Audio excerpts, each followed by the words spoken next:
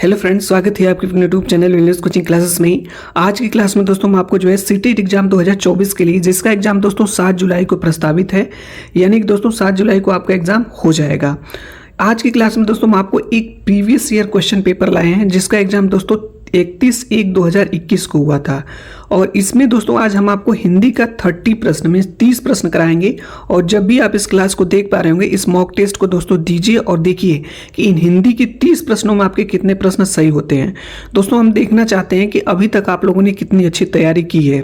और जब भी आप इस क्लास को देखिए दोस्तों, और इस मॉक टेस्ट को आप जरूर दीजिए। अगर दोस्तों 30 में आउट आप 30 करते हैं दोस्तों, तो निश्चित रूप से आप अपने एग्जाम में 29 प्लस क्वेश्चन सही करके ही आएंगे। तो दोस्तों आइए देखते हैं मॉक टेस्ट का पहला प्रश्न। दोस्तों 106 नंबर का प्रश्न है। मॉक टेस्ट का पहला प्रश्न देखने से पहले दोस्तों एक चीज हम आपको बता देना चाहेंगे, एक क्लू बताना चाहेंगे, जिससे दोस्तों सीटेट एग्जाम में 20 से 25 प्रश्न आपके ऐसे ही सही हो जाएंगे। अगर इस चीज को आप लोगों ने फॉलो कर लिया तो दोस्तों इसको हम आपको बताएंगे। पहले इस प्रश्न को देखते हैं। पहला प्रश्न दोस्तों यहाँ पे है 106 नंबर का है कि त्रिभाषा सूत्र के अनुसार स्कूल में पहली भाषा जो पढ़ाई जाए वह खाली स्थान यहाँ पे हो, फिर खाली स्थान या दिया है भाषा भरने के लिए दिया गया है। त्रिभाषा सूत्र के अनुसार स्कूल में पहली भाषा जो पढ़ाई जाए वह कौन सी है? ए वाला ऑप्शन है हिंदी अंग्रेजी, बी वाला ऑप्शन है अंग्रेजी विदेशी, सी वाला ऑप्शन है मातृभाषा क्षेत्रीय, और डी वाला ऑप्शन है मातृभाषा हिंदी। तो वो दोस्तों आप लोग बताइए वह कौन सी भाषा होगी। आप लोगों को इसका राइट आंसर बताना है। तो 106 नंबर का प्रश्न है और इसका सही आंसर हो जाएगा दोस्तों ऑप्शन नंबर सी, मातृभाषा क्षेत्रीय। क्योंकि दोस्तों त्रिभाषा के अनुसार जो स्कूल में पहली भाषा जो पढ़ाई जाती है वो आपकी मातृभाषा होती है या तो क्षेत्रीय भाषा होती है। जो दोस्तों मातृभाषा हमारी ये होती है जिसमें जो बच्चे होते हैं दोस्तों जन्म से ही माता के मुख से जो आवाजें निकलती हैं, जो माता बोलती हैं, उनको बच्चे सुनते हैं, एक्सेप्ट करते हैं, और ये घर परिवार में बोले जाने वाली भाषा होती है। तो मातृभाषा या क्षेत्रीय भाषा आपका सही हो जाएगा।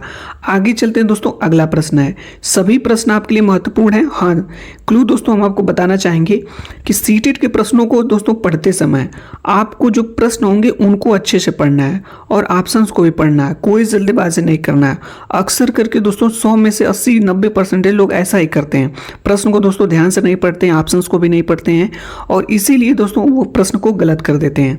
अगर दोस्तों इस चीज़ को आप लोगों ने फॉलो कर लिया, पेशेंस रखा प्रश्न पढ़ने में और ऑप्शंस को भी पढ़ने में, तो दोस्तों 20 से 25 प्रश्न नहीं दोस्तों लगभग 30 प्रश्न आप आसानी से सही कर ले जाएंगे। कई बार ऐसा भी होता है दोस्तों, जब हम प्रश्न को पढ़ते हैं, ऑप्शंस को भी पढ़ते हैं, और जब एग्जाम हॉल से बाहर निकलते हैं तो लगता है कि अगर थोड़ा सा पेशेंस रख करके प्रश्न को पढ़ लिए होते तो हमारा प्रश्न सही हो गया होता है। लेकिन दोस्तों ये काम आपको एग्जाम हॉल में ही करना है। अपने आप पे कंट्रोल रखना है, पेशेंस रखना है, और प्रश्न को ध्यान से पढ़ना है और ऑप्शंस को भी पढ़ना है।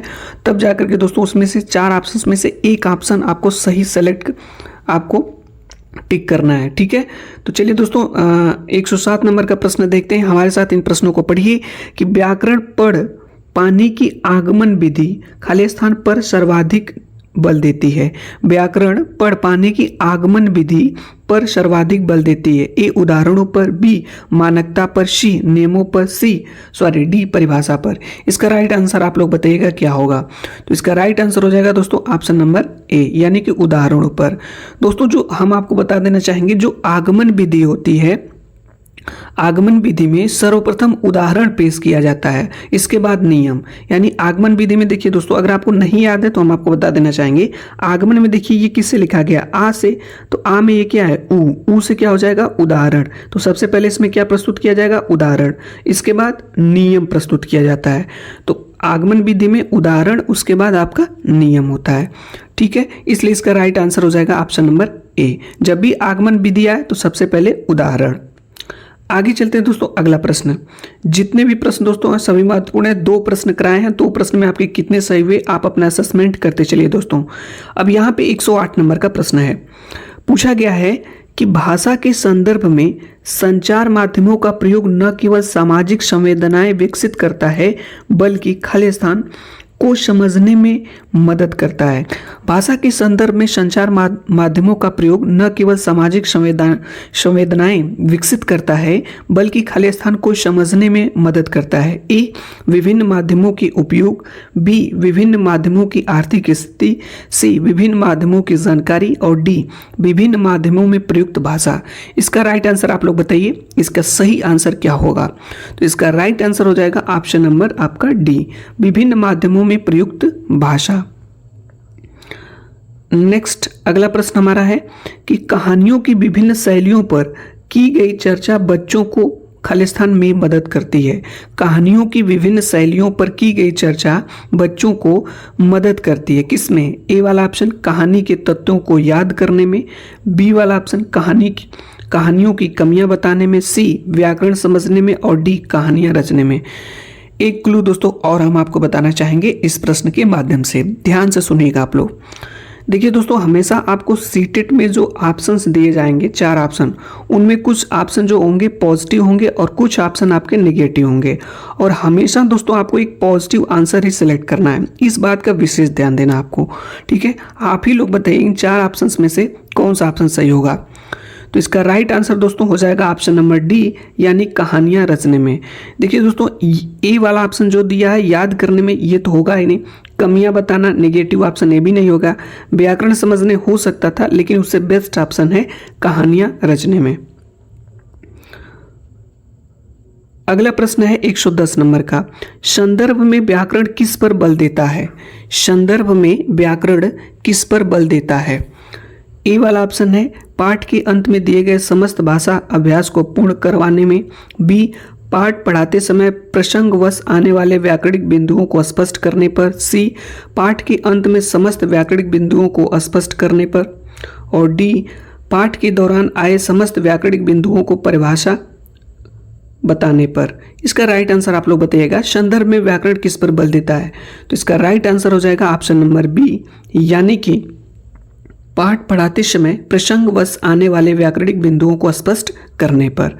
आगे चलते हैं दोस्तों, अगला प्रश्न है हमारा, पूछा गया है कि प्रत्येक भाषा शिक्षक को इस बात की जानकारी जरूर होनी चाहिए। प्रत्येक भाषा शिक्षक यानी कि दोस्तों जो लैंग्वेज का टीचर होता है उसको इस बात की जानकारी अवश्य होनी चाहिए कि उसकी कक्षा में बच्चों की खाली स्थान पृष्ठभूमि क्या है। ए, भाषिक व सांस्कृतिक। बी, सांस्कृतिक व आर्थिक। सी, आर्थिक व सामाजिक। डी, सामाजिक व व्यावसायिक। आप लोग बताइएगा, ये कॉमन सेंस का दोस्तों प्रश्न है और एक इसका लॉजिकल आंसर आप लोगों को बताना है क्या होगा। तो इसका राइट आंसर हो जाएगा दोस्तों ऑप्शन नंबर ए। ये तो दोस्तों बिल्कुल ईजी प्रश्न था, क्योंकि दोस्तों अगर वो भाषा का शिक्षक है तो उसको जो है भाषिक एवं सांस्कृतिक पृष्ठभूमि का ज्ञान होना जरूरी है। अगला प्रश्न है कि सातवीं कक्षा में पढ़ाने वाले ऋषभ ने बच्चों को जल संरक्षण पर आधारित सरकार द्वारा जारी पोस्टर दिखाया और चर्चा की। 7वीं कक्षा में पढ़ाने वाला ऋषभ ने बच्चों को जल संरक्षण पर आधारित सरकार द्वारा जारी पोस्टर दिखाया और चर्चा की। ऋषभ द्वारा प्रयुक्त सामग्री है ए, कृत्रिम। बी, प्रामाणिक। सी, अनुपयोगी। और डी, मनोरंजक। आप लोग बताइएगा इसका राइट आंसर क्या होगा। तो दोस्तों इसका सही आंसर हो जाएगा आपका प्रामाणिक, क्योंकि दोस्तों जल संरक्षण पर आधारित सरकार द्वारा जारी पोस्टर और दिखाया, यानी कि वो उन्होंने क्या किया, प्रूफ प्रस्तुत किया, प्रमाण। इसलिए इसका राइट आंसर हो जाएगा आपका ऑप्शन नंबर बी हो जाएगा। आगे चलते हैं दोस्तों, अगला प्रश्न है, कविता शिक्षण के समय शिक्षक द्वारा ऐसे प्रश्नोत्तर पर बल देना चाहिए। कविता शिक्षण के समय शिक्षक द्वारा ऐसे प्रश्नोत्तर पर बल देना चाहिए। ए, जिनका एक ही उत्तर हो। बी, जिनका उत्तर पुस्तक में दिया गया हो। सी, जिनके उत्तर सरल हो। और डी, जिनके उत्तर विभिन्न हो। आप लोग बताइए दोस्तों इसका राइट आंसर क्या होगा। हमेशा आपको दोस्तों एक डीप में सोचना है, एक लॉजिकल आंसर बताना है, ठीक है। यहाँ पे देखिए दिया गया है जिनका एक ही उत्तर हो, ये कैसे हो सकता है दोस्तों, ये नहीं होगा। बी वाला है जिनका उत्तर पुस्तक में दिया हो, नहीं, क्योंकि दोस्तों बच्चों को क्रिएटिविटी थिंकिंग बनाना है उनके अंदर, यानी कि उनको सृजनात्मक सोच के लिए दोस्तों उत्साहित करना है, प्रोत्साहित करना, मोटिवेट करना है, तो ये कैसे हो सकता है। सी वाला ऑप्शन है जिनके उत्तर सरल हो, ये भी नहीं होगा दोस्तों। डी वाला ऑप्शन है जिनका उत्तर विभिन्न हो, बिल्कुल यही आपका ऑप्शन सही हो जाएगा। आगे चलते हैं दोस्तों, अगला प्रश्न है, बहुत ही अच्छे अच्छे प्रश्न हमने दोस्तों इस क्लास में लिए हैं और देखते हैं दोस्तों कितने प्रश्न आप अभी तक सही किए हैं और आगे कर पाएंगे। पूछा गया है कि गद्य शिक्षण में अपेक्षित नहीं है, गद्य शिक्षण में अपेक्षित नहीं है। ए तार्किक शक्ति का विकास, बी अनुकरण क्षमता का विकास, सी भाषा की बारीकियां समझना, डी कल्पनाशीलता का विकास। आप लोग बताइएगा इसका राइट आंसर क्या होगा। तो इसका राइट आंसर हो जाएगा ऑप्शन नंबर बी अनुकरण क्षमता का विकास। अनुकरण का मतलब होता है दोस्तों नकल, ठीक है, यह आपका अपेक्षित शिक्षण नहीं है। आगे चलते हैं दोस्तों, अगला प्रश्न है हमारा, पूछा गया है कि हिंदी भाषा की पाठ्य पुस्तकों में हिंदीतर भाषाओं की रचनाओं को भी स्थान मिलना चाहिए ताकि, हिंदी भाषा की पाठ्य पुस्तकों में हिंदीतर भाषाओं की रचनाओं को भी स्थान मिलना चाहिए ताकि। ए वाला ऑप्शन है बच्चे हिंदीतर भाषाओं पर अपनी पकड़ बना सकें, बी बच्चे हिंदीतर भाषाओं के व्याकरण से परिचित हो सकें, सी बच्चों को हिंदीतर रचनाकारों की जानकारी मिल जाए, डी बच्चे हिंदीतर रचनाओं की भाषिक विशेषताओं से परिचित हो सकें। 4 ऑप्शन है दोस्तों, आप लोग बताइए। अगर नहीं समझ में आ रहा है दोस्तों तो 1 टाइम नहीं 2 टाइम 3 टाइम पढ़िए, लेकिन समझ करके ही आंसर आप दीजिए। तो आप लोग बताइएगा इसका सही आंसर क्या होगा। तो इसका राइट आंसर हो जाएगा दोस्तों ऑप्शन नंबर डी, यानी कि बच्चे हिंदीतर रचनाओं की भाषिक विशेषताओं से परिचित हो सकें। हमें पता है दोस्तों आप इतना मॉक टेस्ट यहाँ तक आप लोगों ने प्रश्न को देखा, अब ये क्लास आप छोड़ करके जाने वाले हैं दोस्तों। इस मॉक टेस्ट को दोस्तों हमारे कहने से पूरा दीजिए और देखिए कि इन 30 प्रश्न में आपके कितने प्रश्न सही होते हैं। आगे चलते हैं दोस्तों, अगला प्रश्न, आज की क्लास का अगला प्रश्न हमारा है, उच्च प्राथमिक स्तर पर हिंदी भाषा शिक्षण का एक महत्वपूर्ण उद्देश्य है। देखिए दोस्तों, जब आपसे प्रश्न में कहेगा प्राथमिक स्तर तो 1 to 5 मान करके आंसर आपको देना है। जब आपसे प्रश्न में कहेगा उच्च प्राथमिक स्तर, यानी कि दोस्तों आपको 6 to 8 का एक मानक मान करके आपको आंसर देना है। तो आप लोग बताइएगा उच्च प्राथमिक स्तर पर हिंदी भाषा शिक्षण का एक महत्वपूर्ण उद्देश्य है। ए हिंदी भाषा के प्रसिद्ध रचनाकारों को जानना, बी हिंदी भाषा की प्रसिद्ध रचनाओं को जानना, सी हिंदी भाषा की नियमबद्ध प्रकृति को पहचानना, डी हिंदी भाषा की व्याकरण को कंठस्थ करना। इसका राइट आंसर आप लोग बताएंगे। एक ऑप्शन दोस्तों आपको ऐसे ही लग रहा है रॉन्ग है, डी वाला। देखिए ये होगा ही नहीं क्योंकि यहाँ पे दिया गया है दोस्तों कंठस्थ करना, ठीक है। इसके अलावा दोस्तों आप लोग बताइएगा कौन सा इसमें से बेस्ट ऑप्शन है। तो आपका ऑप्शन नंबर सी सही हो जाएगा, हिंदी भाषा की नियमबद्ध प्रकृति को पहचानना। अगला प्रश्न है कि भाषण परिचर्चा संवाद बच्चों की खाली स्थान क्षमता का विकास करने में सहायक है। ए कल्पनाशीलता का, बी अनुकरण का, सी लिखित अभिव्यक्ति का, डी मौखिक अभिव्यक्ति का। इसका आंसर दोस्तों आप लोगों को बताना है क्या होगा। देखिए दोस्तों, जो भाषण होता है, परिचर्चा होता है, जो संवाद होता है, कॉमन सेंस का प्रश्न है। इसका आंसर तो आप लोगों को सही बताना ही चाहिए कौन सा होगा। तो इसका राइट आंसर हो जाएगा आपका दोस्तों ऑप्शन नंबर डी मौखिक अभिव्यक्ति का, क्योंकि दोस्तों ये मौखिक ही तो होते हैं। भाषण जो है बोल करके ही एक्सप्रेस किया जाता है, अभिव्यक्त किया जाता है। परिचर्चा भी, जो संवाद करते हैं हम लोग, डिस्कशन करते हैं आपस में, ये भी तो दोस्तों लिख करके तो होता नहीं है, बोल करके ही होता है। इसलिए आपका यह मौखिक अभिव्यक्ति है। आगे चलते हैं दोस्तों, अगला प्रश्न हमारा है, पूछा गया है कि गद्य रचना को पद्य में रूपांतरित करना और पद्य को गद्य में रूपांतरित करना खाली स्थान में मदद करता है। ए भाषाई संरचनाओं पर अधिकार, बी भाषा व्याकरण पर अधिकार, सी साहित्य के सर्वोत्कृष्ट सृजन और डी अभ्यास प्रश्नों को गढ़ने में। आप लोग बताइए इसका राइट आंसर क्या होगा। इसका सही आंसर हो जाएगा दोस्तों ऑप्शन नंबर ए, यानी कि भाषाई संरचनाओं पर अधिकार। अगला प्रश्न हमारा है कि 8वीं कक्षा में हिंदी भाषा सीखने सिखाने के लिए आप किस सामग्री को सर्वाधिक महत्व देंगे? 8वीं कक्षा में हिंदी भाषा सीखने सिखाने के लिए आप किस सामग्री को सर्वाधिक महत्व देंगे? ए व्याकरण की पुस्तक, बी पोस्टर, सी पाठ्य पुस्तक और डी साहित्यिक सामग्री। आप लोग बताइएगा कौन सा ऑप्शन इसका सही होगा। तो इसका राइट आंसर हो जाएगा आपका ऑप्शन नंबर डी साहित्यिक सामग्री। अगला प्रश्न है कि आप 6ठी कक्षा के बच्चों के लिए हिंदी भाषा सीखने सिखाने की किस पद्धति का समर्थन करेंगे?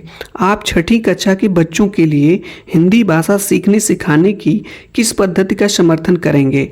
ए जिसमें बच्चे परस्पर अंतःक्रिया करते हैं, बी जिसमें बच्चे केवल लेखन कार्य करते हैं, सी जिसमें बच्चों को बोलने के अवसर मिले और डी जिसमें बच्चों को पाठ्य पुस्तक बिल्कुल न पढ़नी हो।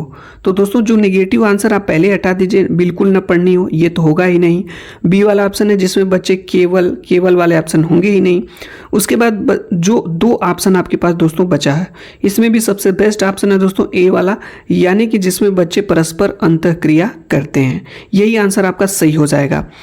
आगे चलते हैं दोस्तों, अगला प्रश्न है यहाँ पे दोस्तों हम आपको बता दें कि आपसे कोई भी लैंग्वेज हो, चाहे इंग्लिश है, आपका संस्कृत है या हिंदी है, जिसमें 30 प्रश्न आपसे पूछे जाएंगे, 30 प्रश्न। इस 30 प्रश्न में दोस्तों 15 प्रश्न आपसे पेडागॉजी से पूछा जाएगा, शिक्षण से, बाकी 15 प्रश्न आपसे पैसेज से रहते हैं। ठीक है, उस पैसेज में भी दोस्तों 2 पैसेज आपका पूछा जाएगा, एक गद्यांश से दोस्तों और एक आपका पोयम पे आधारित रहेगा। तो यहाँ पे दोस्तों आपका पैसेज स्टार्ट होता है गद्यांश, और जिस पे यहाँ पे दिया गया है प्रश्न संख्या 91 से लेकर के 99 तक। निम्नलिखित गद्यांश को पढ़कर पूछे गए प्रश्नों के सबसे उपयुक्त उत्तर वाले विकल्प चुनिए। तो दोस्तों हम आपको बता दें, सबसे बेस्ट रहता है कि सबसे पहले आप एक बार 1 टाइम प्रश्न को पढ़ लीजिए, उसके बाद आप पैसेज को पढ़िए, गद्यांश को। ये सबसे बेस्ट रहता है, क्योंकि अगर आप प्रश्न पढ़े रहेंगे तो आपको समझ में आएगा कि उसका उत्तर जो है गद्यांश के किस लाइन में दिया गया है। तो आइए दोस्तों यहाँ पे हम लोग जो है गद्यांश को ही पढ़ते हैं। सबसे पहले यहाँ पे दोस्तों देखिए नीचे आपका प्रश्न दिया गया है और इन सभी प्रश्नों को अभी हम लोग सॉल्व करेंगे। सबसे पहले इसको हम लोग पढ़ते हैं, ठीक है। और आप लोग दोस्तों पहले प्रश्न को पढ़ लीजिएगा अच्छे से, ठीक है, क्योंकि यहाँ पे देखिए प्रश्न आपका दिया गया है 91 की व्यंग किया का सबसे उपयुक्त अर्थ क्या होगा। 92 है पौष्टिक खुराक में दोनों शब्द क्रमशः दिया गया है। इसके बाद आगे आपका है 93 की तुम्हें कौन सा खेलों में भाग लेना है।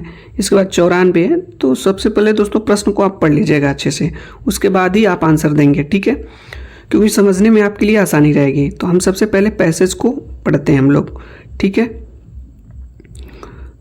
यहाँ पे दिया गया है कि खेल की कक्षा शुरू हुई तो एक दुबली पतली लड़की शिक्षक से ओलंपिक रिकॉर्ड्स के बारे में सवाल पूछने लगी।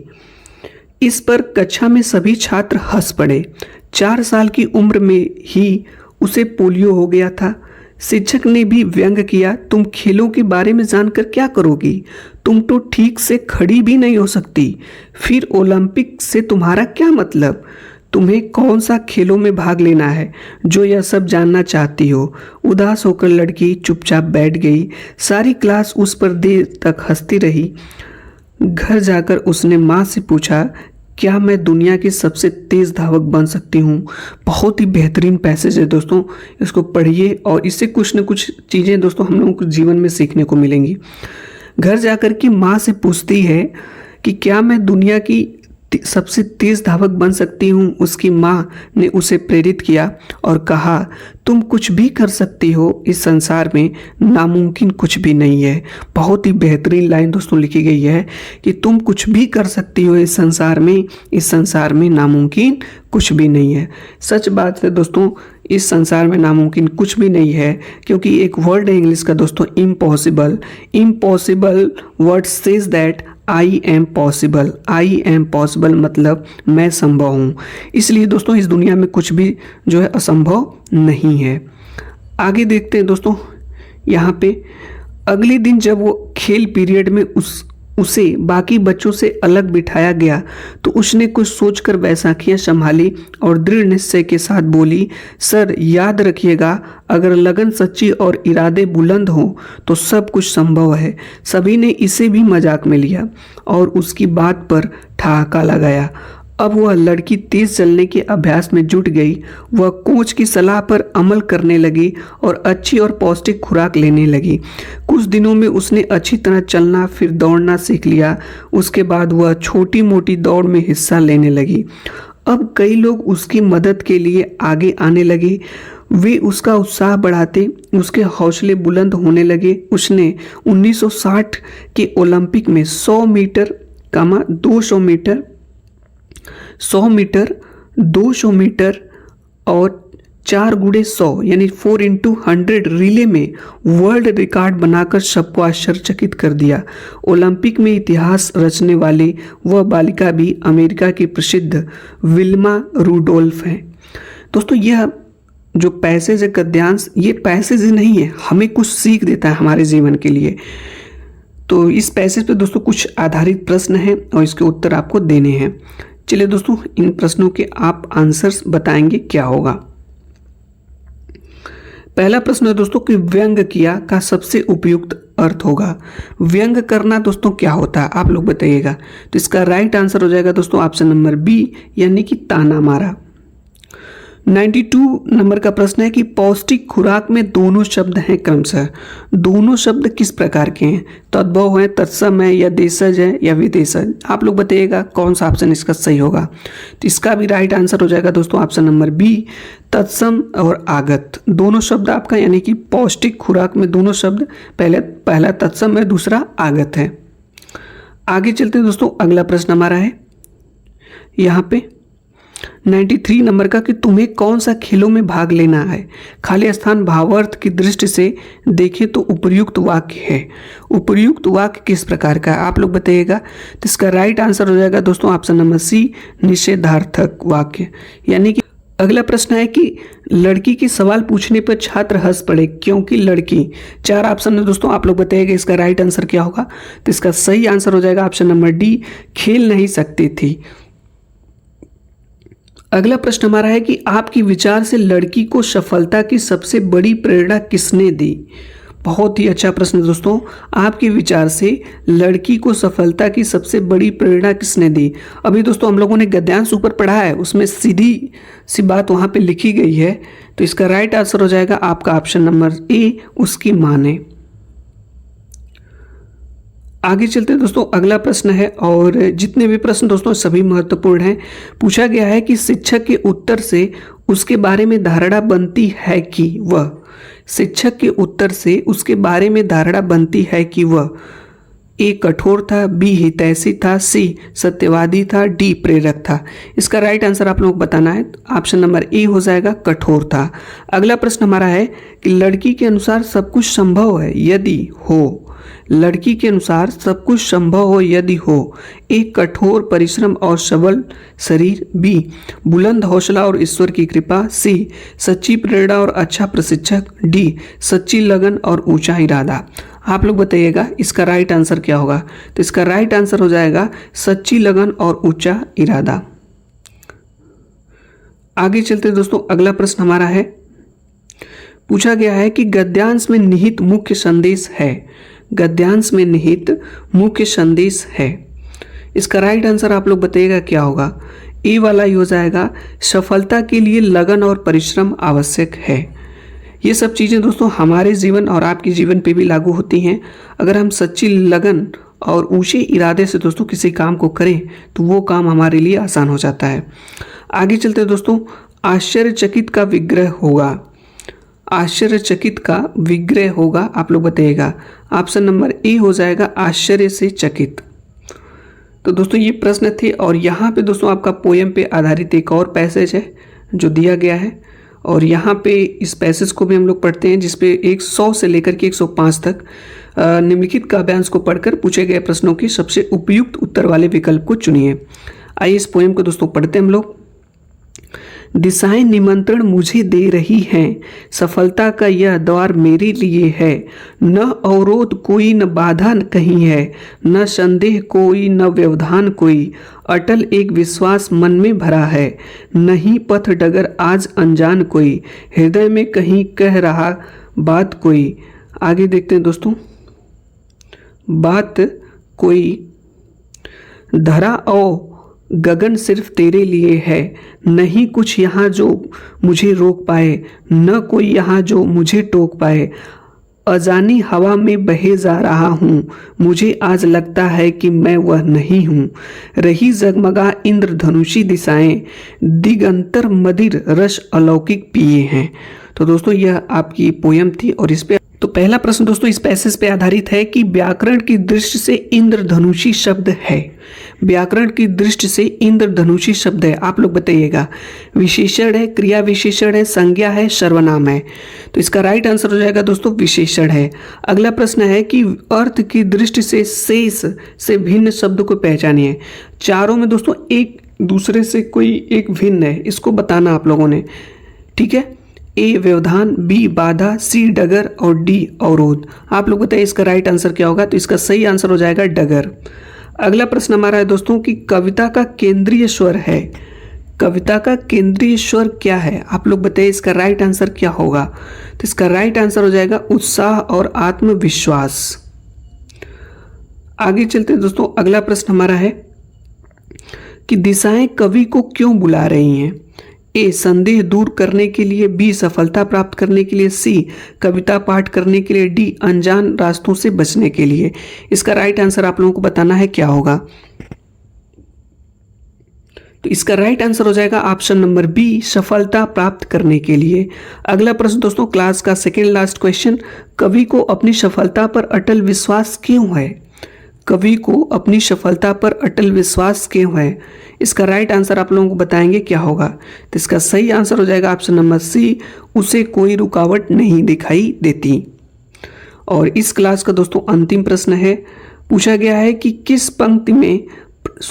पंक्ति से प्रतीत होता है कि कवि का व्यक्तित्व बदल गया है। इसका राइट आंसर आप लोग बताएंगे। तो इसका सही आंसर हो जाएगा ऑप्शन नंबर बी, मुझे आज लगता है कि मैं वह नहीं हूं। तो दोस्तों ये आपका 30 प्रश्न में 30 प्रश्न रहे इस क्लास में हिंदी के। इन 30 प्रश्नों में आपके कितने प्रश्न सही हुए दोस्तों कमेंट्स बॉक्स के माध्यम से जरूर बताइए। और यह क्लास दोस्तों कैसी लगी अपनी प्रतिक्रिया दोस्तों जरूर दीजिए। अगर हमारे इस चैनल पे पहली बार आप विजिट कर रहे हैं तो हमारे इस चैनल को दोस्तों सब्सक्राइब कर लीजिए और भी दोस्तों वीडियो को लाइक कर लीजिए।